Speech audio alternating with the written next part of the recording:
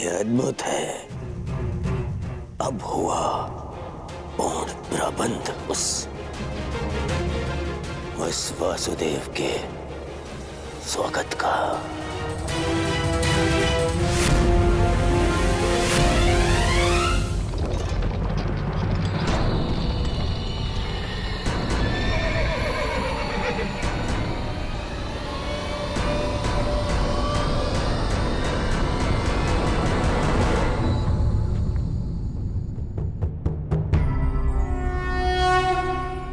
देख रहे हो दुर्योधन, ये वही छलिया कृष्ण है जो अपने चाल में, अपने छल में सबको फंसाता रहता है। ग्लानिर्भवति भारत। आज ये स्वयं मेरे रचाए चक्रव्यूह में फंसने आ गया।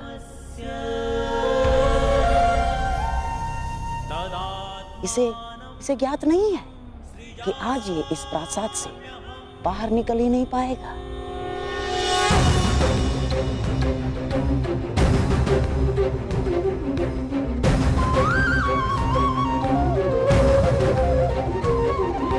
यदा यदा धर्मस्य ग्लानिर्भवति भारत अभ्युत्थानम् अधर्मस्य तदात्मानं सृजाम्यहम्।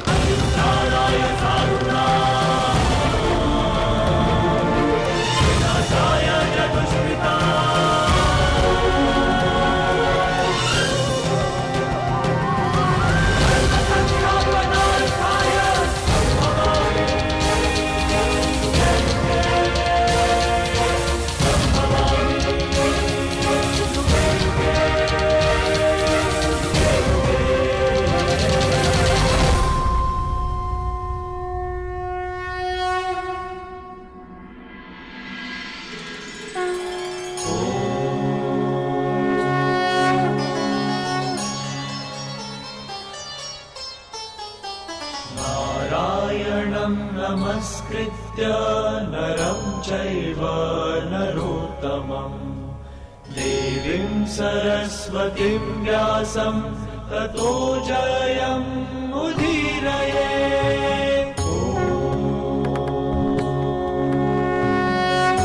प्रणिपात हस्तिनापुर नरेश। कल्याण हो वासुदेव। प्रणिपात गंगापुत्र। कल्याण हो वासुदेव।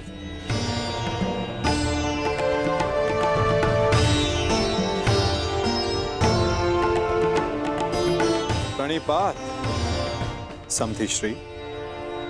स्वास्थ्य। प्रणिपात गांधार नरेश।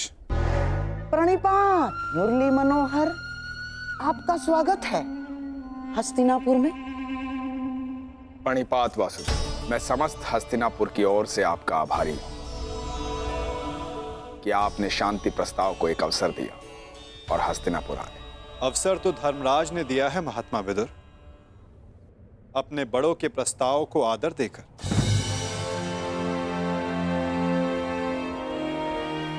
मैं तो बस उनका संदेश यहां लाया हूं। वासुदेव, संदेश अपने स्थान पर है। मुझे तो आपको हस्तिनापुर में देखकर ही प्रसन्नता हो रही है। मुझे ज्ञात है युवराज, और आशा भी कि आपने मेरे स्वागत की सारी तैयारियां पूर्ण कर ली होगी।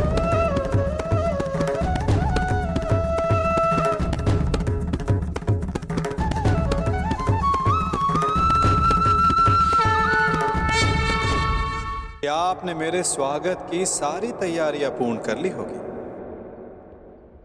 अवश्य। आप मेरे समधी जो हैं, चलिए आइए मेरे कक्ष में चलते हैं।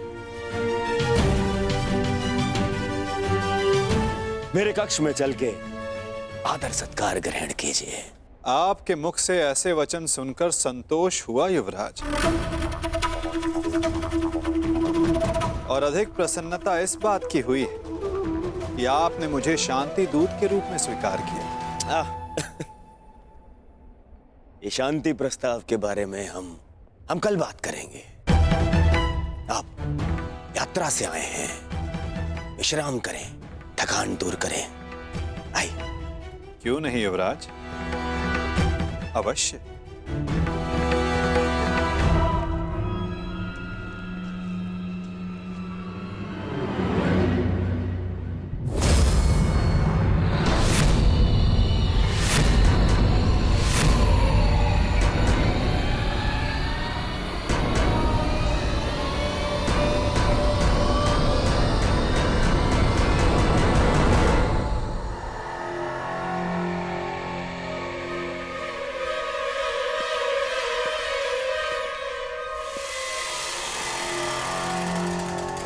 क्या हुआ वासुदेव, आप ठहर क्यों गए? मैं आपके सत्कार भाव का सम्मान करता हूं युवराज, परंतु मैं शांति दूत हूं, शरणागत नहीं। और वैसे भी पांडवों ने मुझे अपने पक्ष में चुना।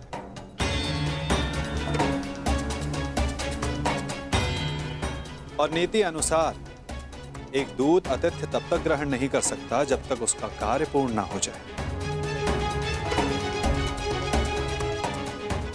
इसलिए क्षमा कीजिएगा मुझे, मैं आपका सत्कार ग्रहण नहीं कर सकता।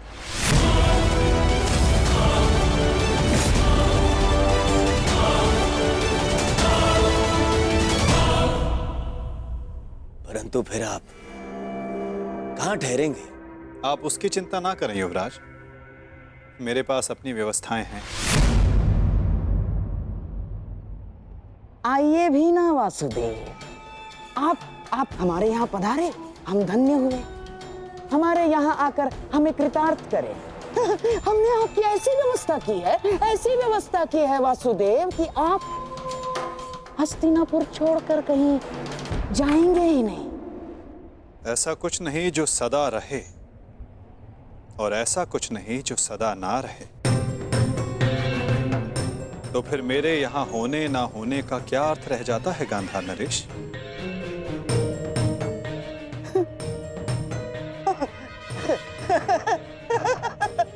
वासुदेव, आपके कहने का तात्पर्य कुछ पकड़ में नहीं आया।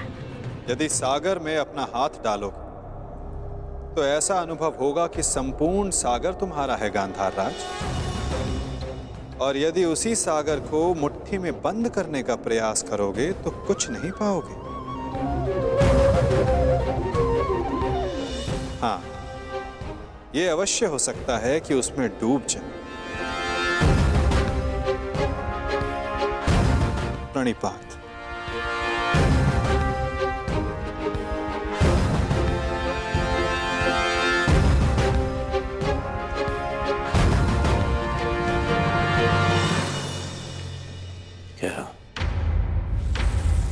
क्या चल क्या रहा है इस छलिए के मन में? कहीं से हमारी योजना का भान तो नहीं हो गया? शांत रहो दुर्योधन, शांत रहो।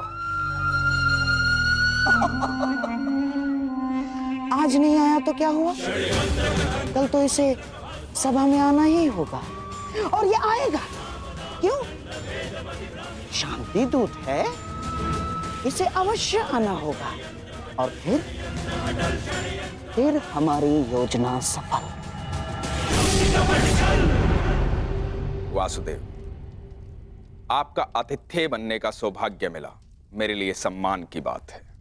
आशा करता हूं ज्येष्ठ पांडु पुत्रों की ओर से कोई सकारात्मक संदेश लाए होंगे।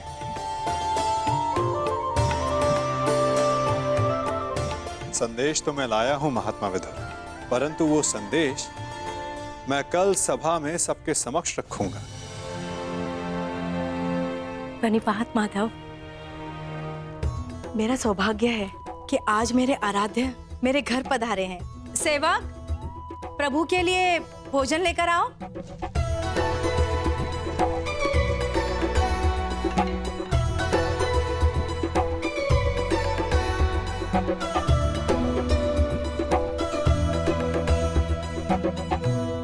भोग लगाइए प्रभु।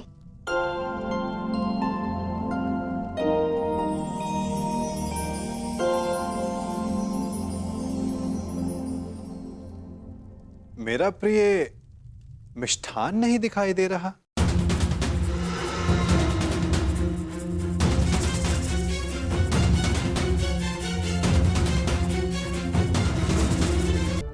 जानती हूँ आपको मिष्ठान बहुत प्रिय है वासुदेव, परंतु जब से कुलवधू का राजसभा में अपमान हुआ, हमने मिष्ठान त्याग दिया। हाँ वासुदेव, उसी दिन कुरुकुल के पतन का प्रारब्ध लिखा जा चुका था। जिसके कुल का नाश हो रहा हो वो विलाप करता है, मिष्ठान कैसे खा सकता है। उसी दिन से हम ये साधारण भोजन ग्रहण करते हैं। ये विनाश एक नए आर्यव्रत को जन्म देगा महात्मा। जब अन्याय से न्याय के त्राण के लिए रणभेरी बजे तो वो अवसर शुभ ही होता है, और शुभ अवसर पर मिष्ठान आवश्यक है। और मैं यहां भोजन पर निमंत्रित हूं। अपना प्रिय मिष्ठान खाए बिना यहां से जाने वाला नहीं मैं।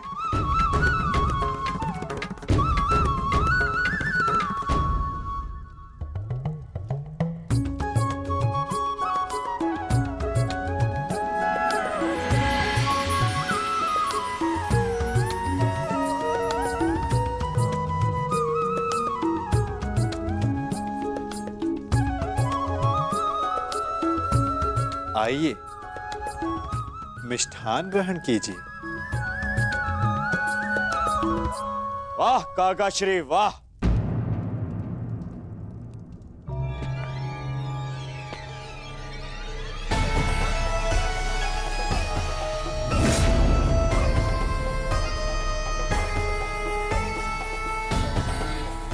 छप्पन भोग का आनंद लिया जा रहा है।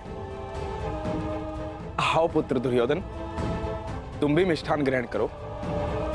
मिष्ठान नहीं तो क्या है ना काकाश्री, मेरे मन में जो कड़वाहट भर दी है आपने,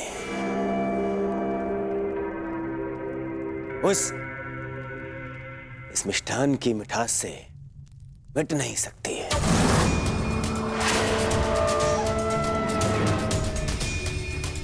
कितने कितने दोगले हैं आप। मन में कुछ और रखते हैं और वाणी में कुछ और। तुम क्या कह रहे हो? मैं समझ नहीं पा रहा हूं। परंतु मुझे समझ में आ रहा है। मैं समझ गया हूं कि आप इतने वर्षों से क्या करना चाहते हैं। आप मुझे नीचा दिखाना चाहते हैं।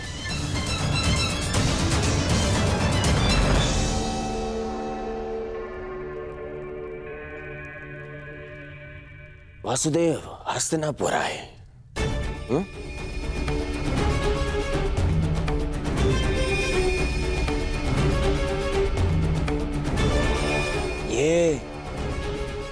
ये मेरे संबंधी हैं। और इन्होंने अपनी सेना की शक्ति भी मुझे दी है, तो दोनों ही नाते से इनका सम्मान सत्कार करने का अधिकार पहले मेरा है। परंतु आपने क्या किया?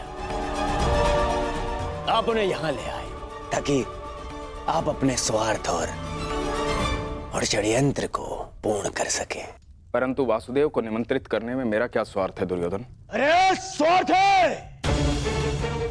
है काका श्री।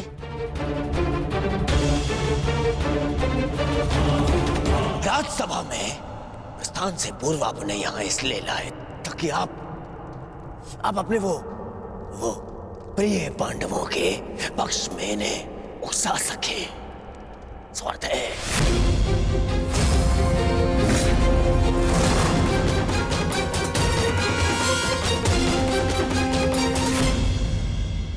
प्रस्थान से पूर्व आपने यहाँ इसलिए लाए ताकि आप अपने वो प्रिय पांडवों के पक्ष में इन्हें उकसा सके। शांत रहो दुर्योधन। हस्तिनापुर के महामंत्री है ये, और एक महामंत्री के समक्ष तुम इस भांति बात नहीं कर सकते। मूर्खता मत करो। नहीं मामाश्री, नहीं, आज मुझे बोलने दीजिए।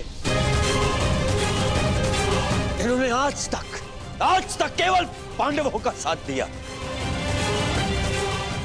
और मेरा विरोध किया। दुर्योधन, अपनी वाणी पर संयम रखो। ये मत भूलो कि महात्मा विदुर न केवल तुम्हारे महामंत्री परंतु तुम्हारे काकाश्री भी हैं। काकाश्री होते तो मेरा समर्थन करते, उन पांडवों का नहीं।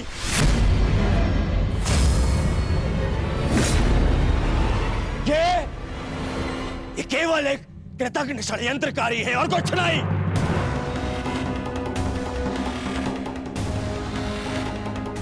इन्होंने कभी हमारे हित की बात नहीं करी। ना ये तब चाहते थे कि मेरे पिता राजा बने, और ना ये आप चाहते हैं कि मैं सिंहासन पर बैठूं। बहुत बुरी बात है काकाश्री, हमारा अन्न खाके उन पांडवों का पक्ष लेते हैं आप। भाग्य है कि ये मेरे पिता के आधे भाई हैं, अन्यथा राजद्रोही घोषित करके इस दासी पुत्र को दंड देता मैं। दुर्योधन!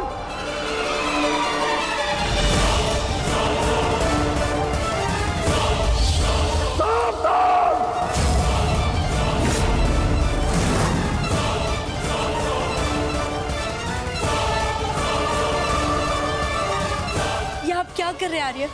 आप तो शांत रहिए।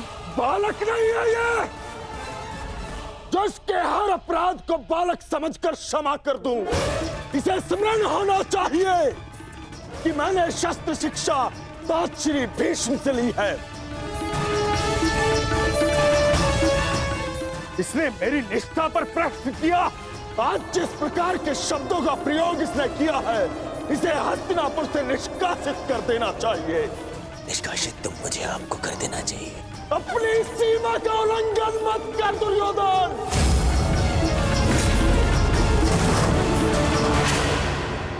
अपने शब्दों की रास को थाम कर रखो दुर्योधन। ये मत भूलो कि महात्मा विदुर हस्तिनापुर के महामंत्री और हस्तिनापुर के रणनीतिकार भी। इस समय तुम्हें उनके समर्थन, उनकी सहायता की अत्यधिक आवश्यकता है। बस! ऐसे सैकड़ों महामंत्री मेरे चरण धोते हैं।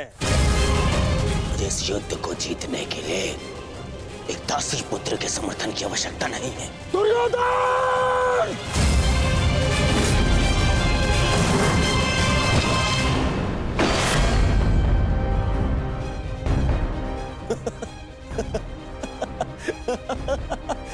टूटिया,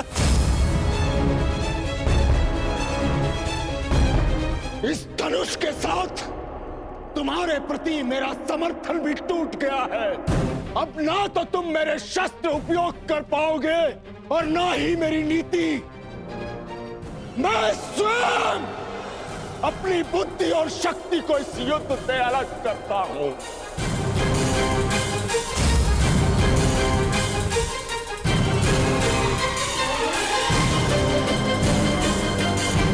दुर्योधन, हंसना बंद करो ये हंसना।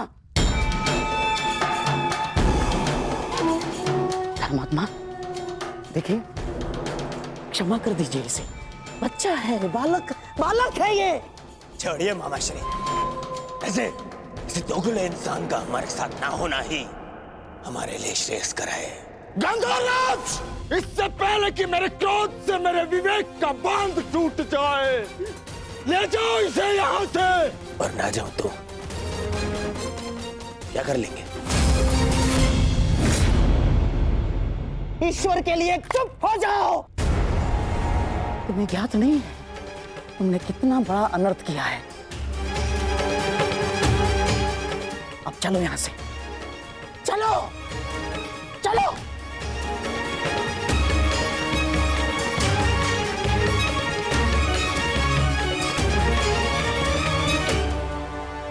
धनुष ना टूटता तो मेरा बाण छूट जाता। मेरे भ्राता धृतराष्ट्र को पुत्र हानि होती। मैं आज भी यही कामना करता हूं कि यदि ये युद्ध हो तो मेरे भ्राता धृतराष्ट्र के पुत्र और मेरे ज्येष्ठ भ्राता पांडु के पुत्र सुरक्षित रहे।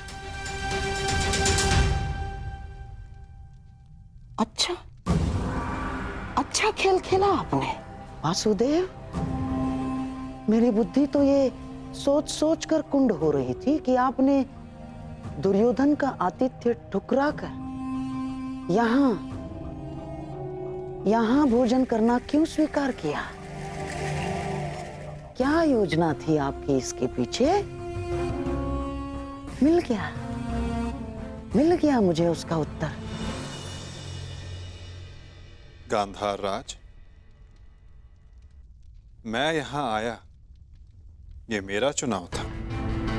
दुर्योधन ने जो व्यवहार यहां किया वो उसका चुनाव था। और अब महात्मा विदुर इस युद्ध से अलग हुए तो ये इनका चुनाव है। अपना चुनाव करने का अधिकार हर मनुष्य को है गांधार राज, और उस चयन का प्रतिफल चुका उसकी विवशता।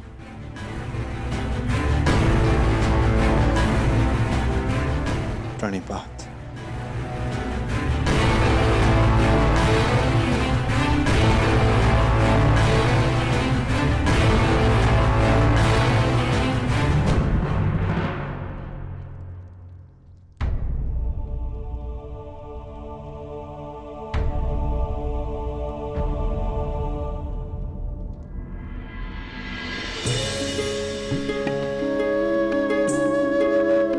कान्हा, तुम यहाँ?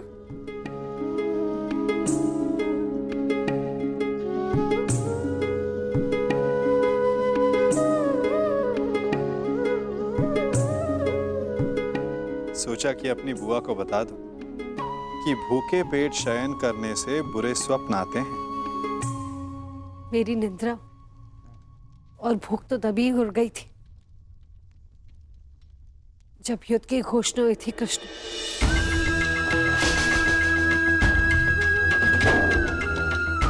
जिस माता के पुत्रों का जीवन दांव पे लगा हो, उसकी आंखों में नींद कैसे आएगी? उसके गले के नीचे से निर्मला कैसे उतरेगा?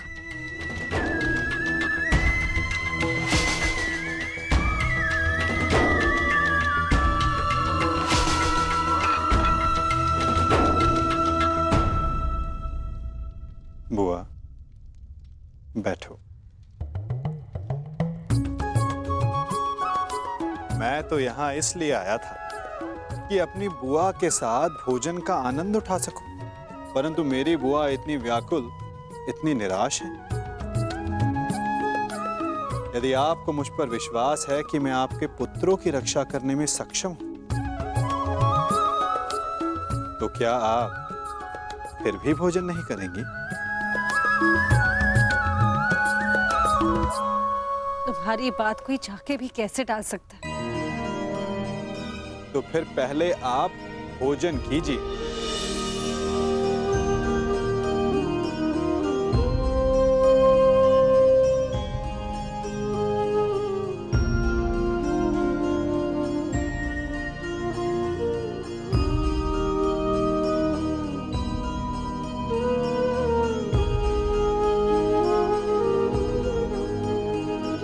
यदि मेरे पुत्र यहाँ होते तो वो भी मुझे ऐसे ही भोजन करवाते।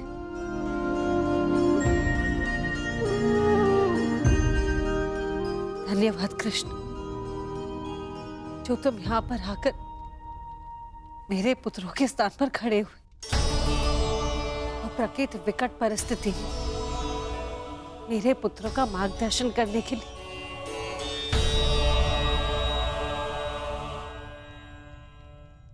इसमें कोई संदेह नहीं बुआ कि परिस्थिति बहुत विकट है, परंतु जो इस बात को समझ सकता है उसे इस परिस्थिति को टालने की, इस युद्ध को रोकने के लिए प्रयत्न करना चाहिए। मैं भी कर रहा हूं, आप भी कीजिए।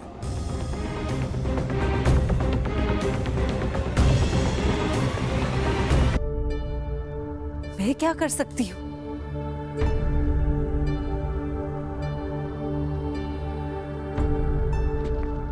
आपको स्मरण है बुआ, जब मैं यहां विभाजन के समय आया था तो मैंने आपको एक कार्य करने से रोका था। अभी उचित समय नहीं है बुआ, सत्य सम्मुख आएगा बुआ, परंतु उचित समय उचित स्थान पर। तुम ये कहना चाह रहे हो कि मैं उसे... बुआ, कुछ करने को कहने वाला मैं कौन होता हूं? मैं तो बस इस परिस्थिति की गंभीरता को देख रहा हूं। शांति दूत बनकर आया हूं। प्रयास करूंगा कि इस युद्ध को रोक सकूं, परंतु प्रतीत ये होता है कि इस युद्ध को टाला नहीं जा सकता।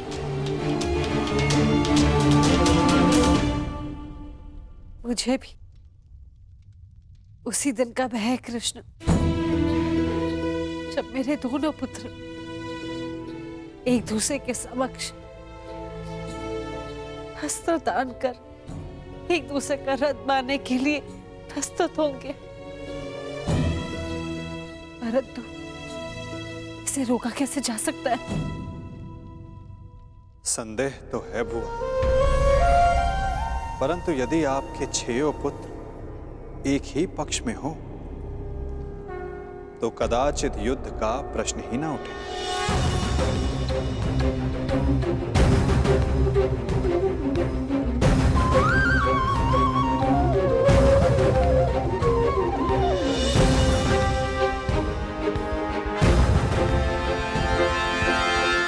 मैं वो करने जा रहा हूं जो मेरा कर्तव्य है।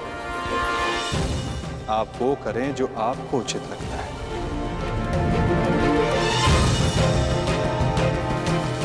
आज्ञा दें। प्रणिपात।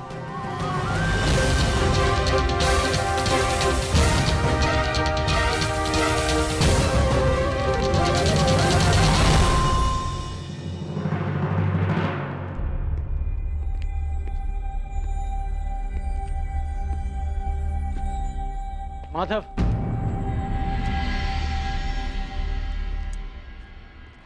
मित्र,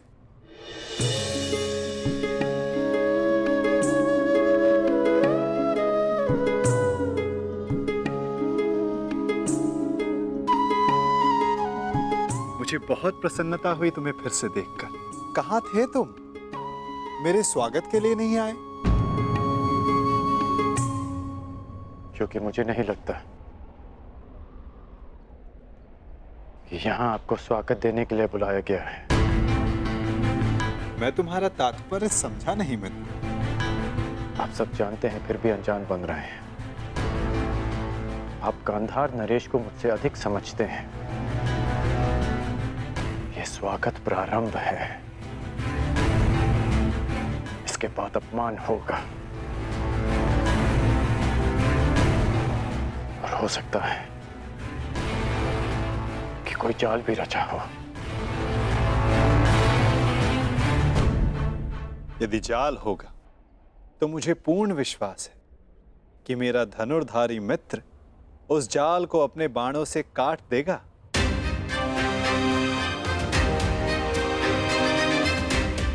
यदि मैं ऐसा नहीं कर पाया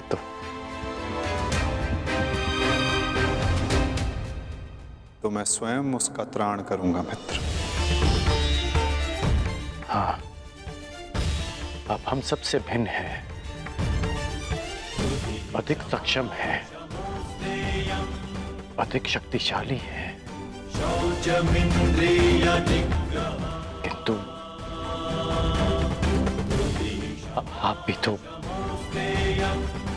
मानव का ही रूप है ना, और मानव सब कुछ नहीं जानता। अन्यथा आज आप दुर्योधन की सभा में नहीं आते।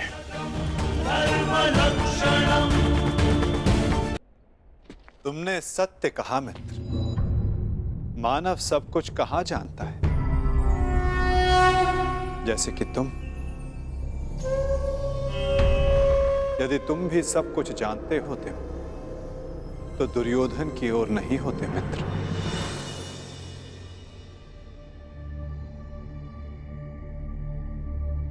वासुदेव, बात को समझने का प्रयास कीजिए। मैं भावी संकट की बात कर रहा हूं।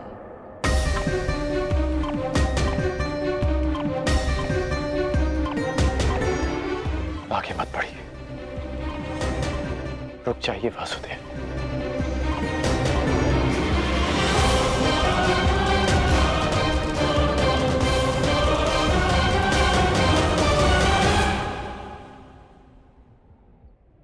मित्र, तुम चिंता ना करो। यदि मैं हर उस स्थान पर रुक जाता जहां संकट संभव था, तो मेरे जन्म लेने के पश्चात मैं बंदी गृह में नहीं रुक जाता मित्र। मामा कंस के बुलाने पर मथुरा नहीं जाता। मामाओं से निपटने का मेरा बड़ा अनुभव रहा है मित्र।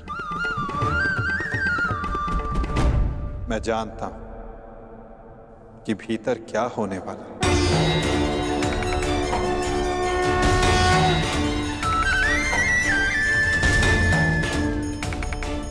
फिर भी आप जा रहे हैं?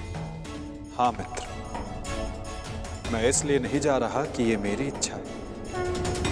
मैं इसलिए जा रहा हूं कि वहां राज्यसभा में जो होगा उसके लिए वहां मेरा होना आवश्यक है। परंतु महत्वपूर्ण प्रश्न यह है मित्र कि मैं ऐसा कर क्यों रहा हूं। इस सभा के पश्चात मुझसे मिलना, कदाचित मैं भी तुमसे यही प्रश्न कर बैठूं। मैं यहां केवल हस्तिनापुर की सभा को संबोधित करने नहीं आया, मैं यहां तुमसे भी मिलने आया हूं मित्र।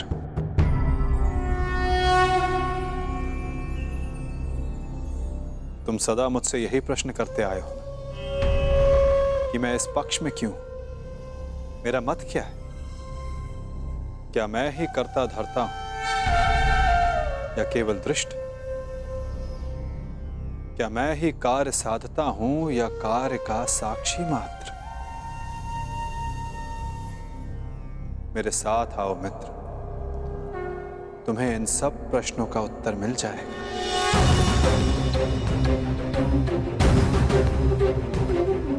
मैं इस सृष्टि का साक्षी, आज तुम मेरे साक्षी बनो मित्र।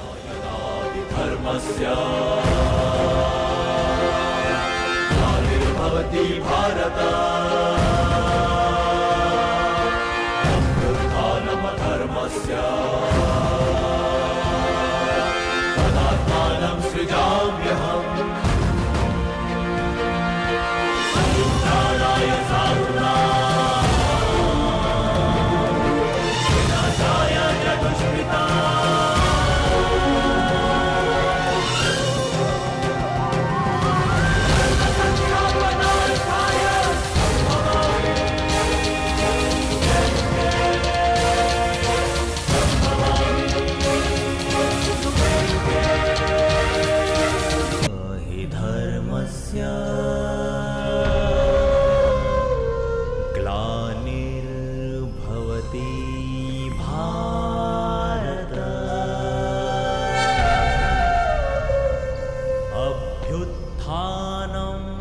धर्मस्य तदात्मानं सृजाम्यहम्।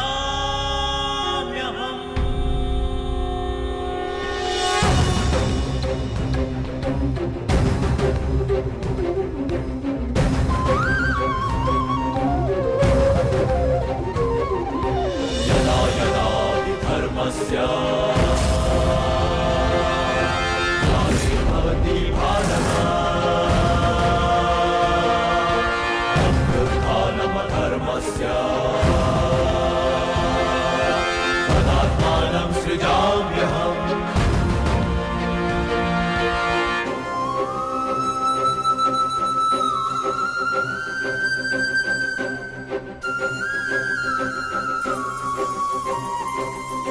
परित्राणाय साधूनां विनाशाय च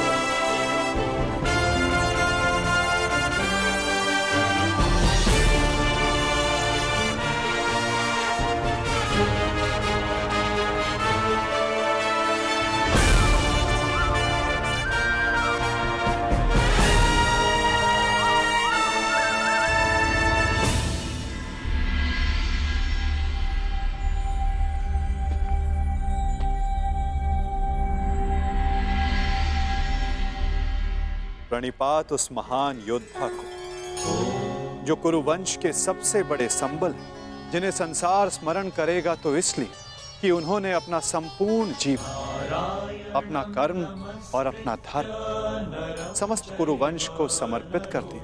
जो कुरुकुल का, कुरुवंश का मार्गदर्शन करते, उनको मार्ग दिखाते।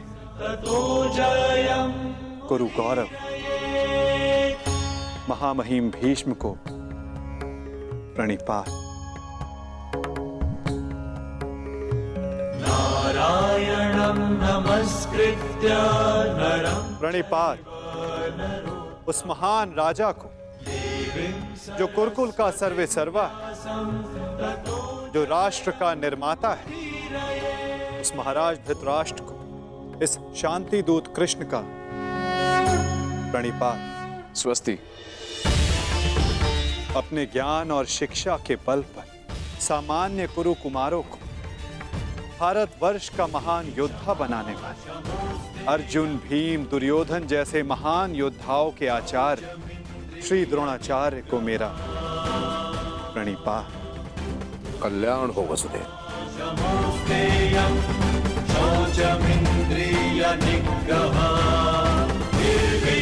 प्रणिपात उस महान हस्ती को जो अपने लक्ष्य संधान में प्रवीण है, जिन्होंने अपनी बहन के पुत्रों के लिए अपना राज्य त्याग किया, जो अपनी तीव्र बुद्धि और नीति से कुरु कुमारों का मार्गदर्शन करते हैं, उस गांधार नरेश को प्रणिपात।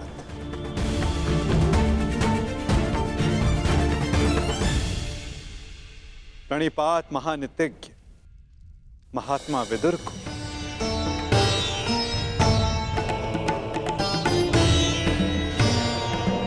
प्रणिपात उन समस्त जनों को जो सभा में उपस्थित हैं, जो शांति के समर्थक हैं। प्रणिपात का अर्थ है अपना शीश झुकाना।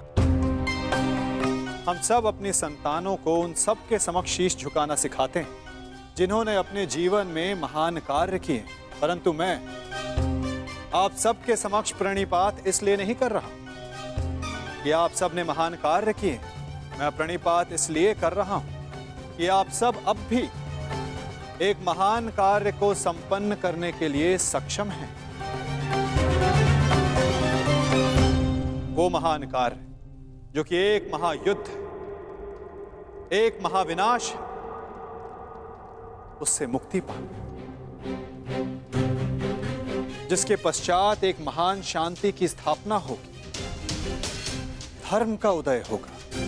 मुझे विश्वास है कि आप सभी कल आने वाले महाभारत के महाविनाश को देख सकते हैं। और यदि आप सब चाहें तो आर्यव्रत को इस विनाश से बचा भी सकते हैं। मुझे अधिक प्रसन्नता होगी कि आप सबके सहयोग से भारतवर्ष में होने वाले इस महाभारत से सबको बचा सकूं और मेरे यहाँ उपस्थित होने का लक्ष्य पूर्ण कर सकूं। मुझे पूर्ण विश्वास है कि आप सब में से कोई भी ये युद्ध नहीं चाहेगा।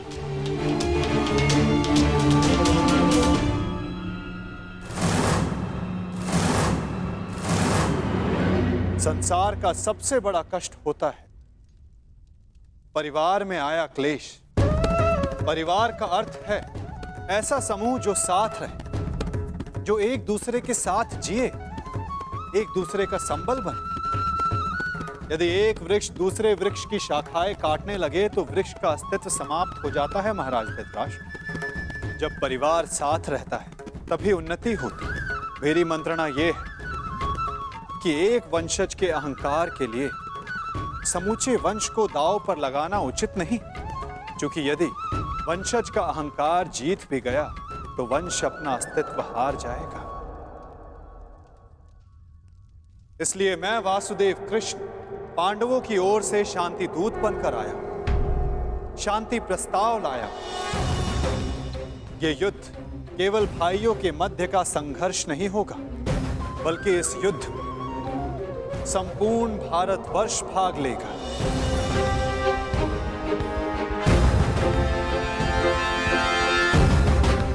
इसलिए विनाश भी सैकड़ों, सहस्त्रों और लाखों नहीं, करोड़ों में होगा। और इसीलिए मैं ये अंतिम प्रयास करने आया, ये प्रस्ताव लाया कि आप सभी इस महाभारत को, इस महायुद्ध को रोकने के लिए मेरी सहायता करें।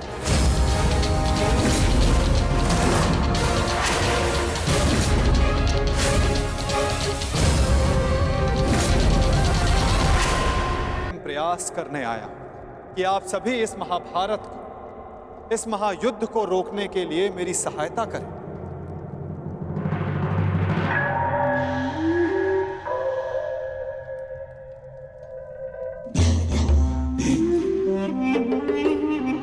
साधु साधु वासुदेव, आप तो सचमुच धन्य हैं। मुझे स्मरण नहीं होता कि कितना समय हो गया ऐसे शांतिपूर्ण वचन सुने हुए। मुझे तो ऐसा प्रतीत होता है वासुदेव कि आपके मुख से शब्द नहीं, फूल झड़ रहे हैं, फूल। मैं अभिभूत हो गया वासुदेव। और सच कहूं वासुदेव, मैं भी आपसे सहमत हूं।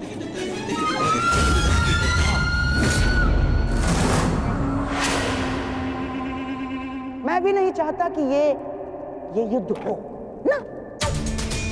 अमाश्री, ये क्या कह रहे हैं आप? हाँ दुर्योधन, वासुदेव बिल्कुल उचित कह रहे हैं।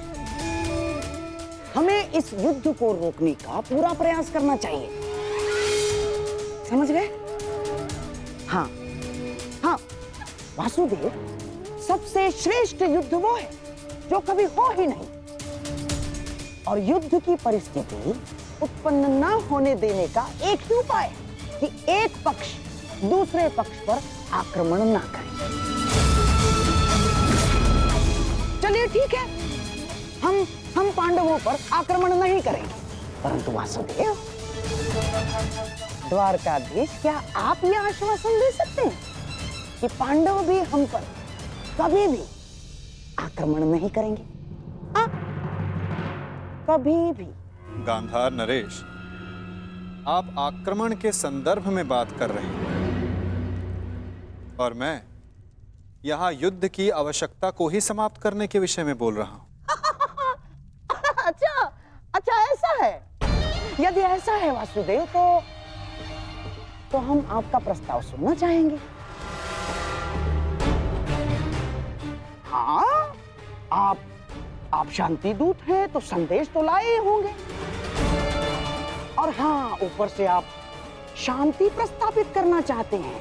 तो वासुदेव, शांति प्रस्थापित करने के लिए जिस समाधान की आवश्यकता होती है वो समाधान भी लाए होंगे आप, है ना? बताइए क्या है इसका समाधान? प्रत्येक युद्ध की नींव में अन्याय छिपा होता है गांधार राज, और अन्याय का केवल एक ही समाधान है, और वो समाधान है न्याय।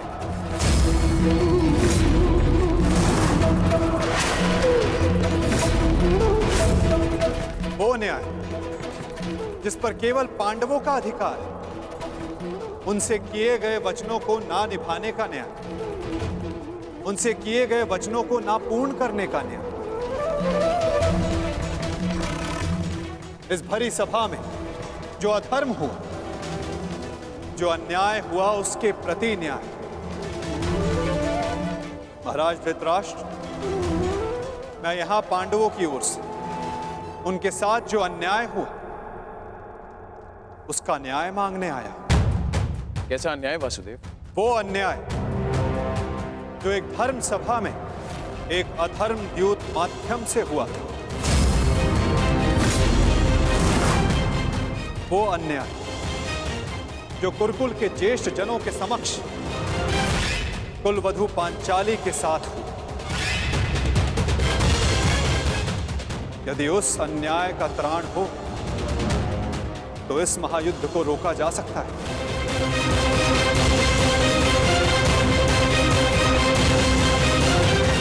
कुरुकुल श्रेष्ठ महाराज धृतराष्ट्र, महामहिम भीष्म, मैं पांडवों की ओर से उस अन्याय के लिए न्याय मांगने आया हूं। स्मरण रहे महाराज, यदि आपने पांडवों को न्याय नहीं दिया, या तो उसे वो पुण्य से अर्जित कर लेंगे या फिर उसे छीन लेंगे।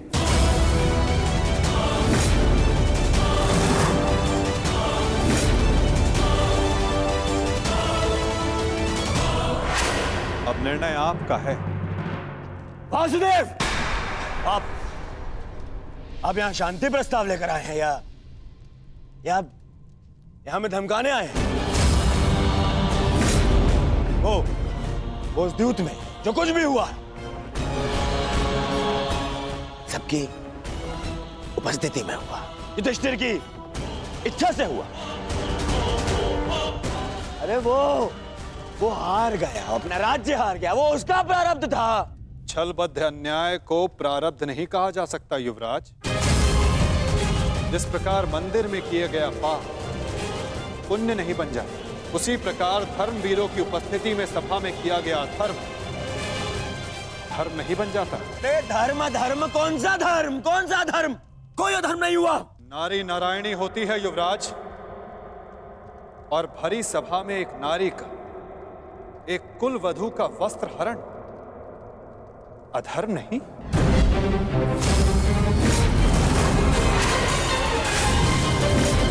यदि तुम्हें विश्वास नहीं तो अपने ज्येष्ठों की झुकी दृष्टि से पूछो दुर्योधन। उन वस्त्रों से पूछो जो आपको आपके मन की नग्नता अनुभव कराने के लिए आपके शरीर से दूर हो गए। उन प्रतिज्ञाओं से पूछो जो पांडवों ने अपने भ्राताओं के विनाश के लिए मांगी। ये प्रतिज्ञा लेता हूं और यही जंगल तोड़कर तुम्हारा प्राण दे लूंगा दुर्योधन। उस श्राप से पूछो जो द्रौपदी ने समस्त कुरुकुल को दी। इस सभा में उपस्थित वो हर व्यक्ति जिसने मौन रहकर ये अधर्म होते हुए देखा, उन्हें उनके मौन रहने का दंड मिलेगा। श्राप है ये अग्निसुता द्रौपदी का। परंतु यदि आप सब चाहें तो पांडव अपनी प्रतिज्ञा को त्याग देंगे। द्रौपदी अपना श्राप वापस ले लेंगे। बस आप सबको अपनी भूल का अनुभव करके पांडवों को केवल उनका अधिकार देना है। पांडवों को केवल उनका अधिकार देना है। ये कैसा न्याय है वासुदेव? संधि और शांति वार्ता में बराबर की बात होती है। एक ओर से बंधन और शर्तें नहीं ला दी जाती। न्याय की मांग ना बंधन है ना शर्त है महाराज, केवल एक निवेदन है। यदि ऐसा है तो मेरा निर्णय यह है कि दुर्योधन, मौन रहो। निर्णय लेना महाराज के हाथ में है, तुम्हारे नहीं। तुम शांत रहो। राजा होने के नाते मेरा कर्तव्य है कि मैं सबकी बातें सुनूं ताछरी, अपने मंत्रणाकारों का सम्मान करूं। दुर्योधन युवराज है, हस्तिनापुर का भवी महाराज है, इसलिए इस संदर्भ में मैं अपने पुत्र और हस्तिनापुर के युवराज दुर्योधन को अपना निर्णय प्रस्तुत करने की अनुमति देता हूं।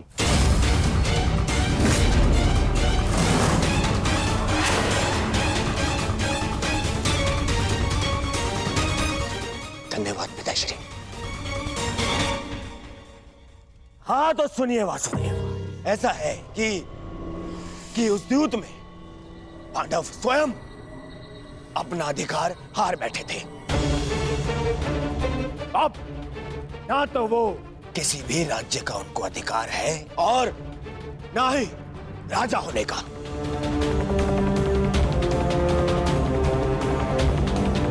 इसीलिए मैं दुर्योधन ये घोषणा करता हूं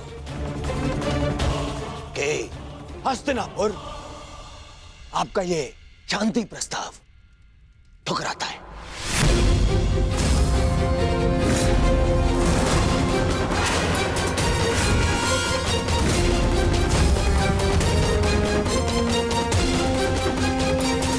दुर्योधन, क्या तुम्हें इस बात का अनुमान भी है कि शांति प्रस्ताव ठुकराने का अर्थ है युद्ध को निमंत्रण? अपने निर्णय पर पुनः विचार कर लो। बात बात पर विचार करना बंद कीजिए पितामह। बात बात पर विचार कायर करते हैं।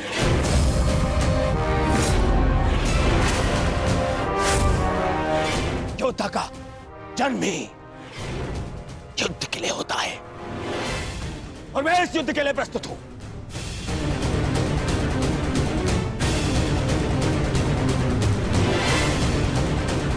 मेरी दृष्टि में उन पांडवों को कुछ भी देने का प्रश्न ही नहीं उठता। बस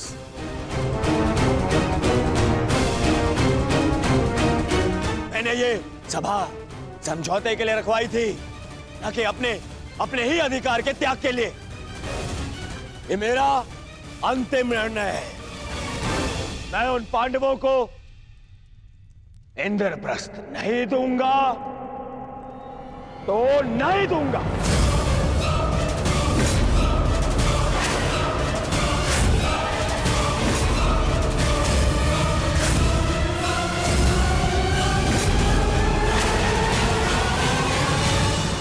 मैं उन पांडवों को इंद्रप्रस्थ नहीं दूंगा तो नहीं दूंगा।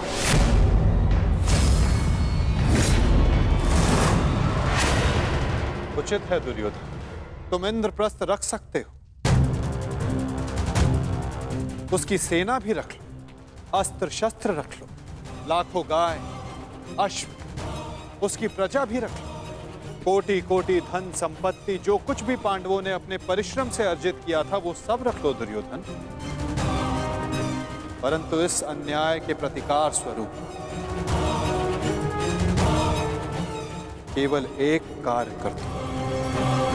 प्रतीक के रूप पांचों पांडवों को 5 गांव दे दो।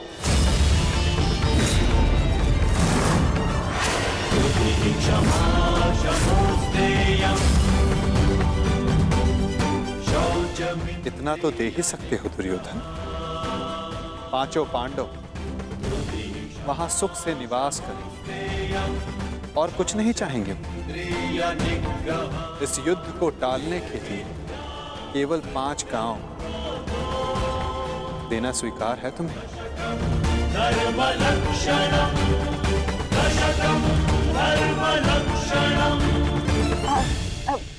वासुदेव वासुदेव वासुदेव यदि दुर्योधन 5 गांव दे देता है तो क्या आप वचन देंगे कि पांडव इंद्रप्रस्थ की चाह में आक्रमण की चेष्टा नहीं करेंगे? हाँ गांधार नरेश, मैं वचन देता हूं कि इस स्थिति में पांडवों की ओर से कोई आक्रमण नहीं होगा। वो हर परिस्थिति में संतुष्ट रहेंगे।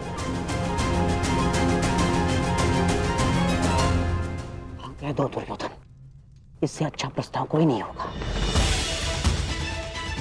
महाराज, मैं आपसे विनती करता हूं कि यही अवसर है, अंतिम अवसर। आप इस प्रस्ताव को स्वीकार करके इसको यहीं रोक दीजिए। ताक्षी का कहना उचित है पुत्र, हाँ कर दो, इसी में सबका हित है। मित्र, मैंने सदा इस युद्ध का पक्ष लिया है। मैंने सदा अर्जुन से अपना अधूरा द्वंद्व पूर्ण करना चाहा।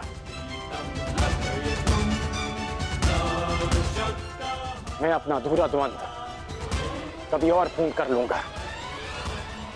इस समय पूरे भारतवर्ष को महाविनाश से बचाने की आवश्यकता है। हाँ कह दो मित्र।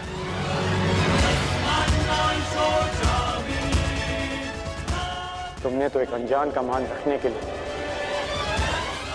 उसे अंगराज बना दिया, तो लाखों के प्राणों को बचाने के लिए 5 गांव दे दो मित्र। देख रहे हैं वासुदेव, मेरे मित्र अंगराज मेरे साथ है।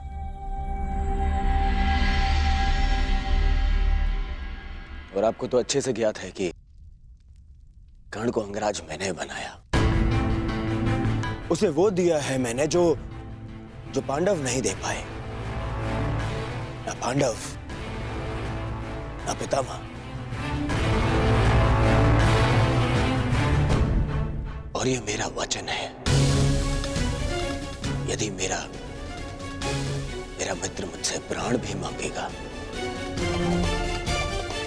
तो वो भी मैं प्रसन्नता से दे दूंगा।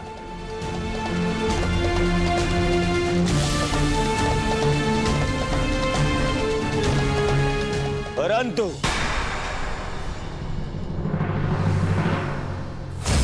ऐसा सोचना भी मत कि मैं उन पांडवों को कुछ भी देने वाला हूं।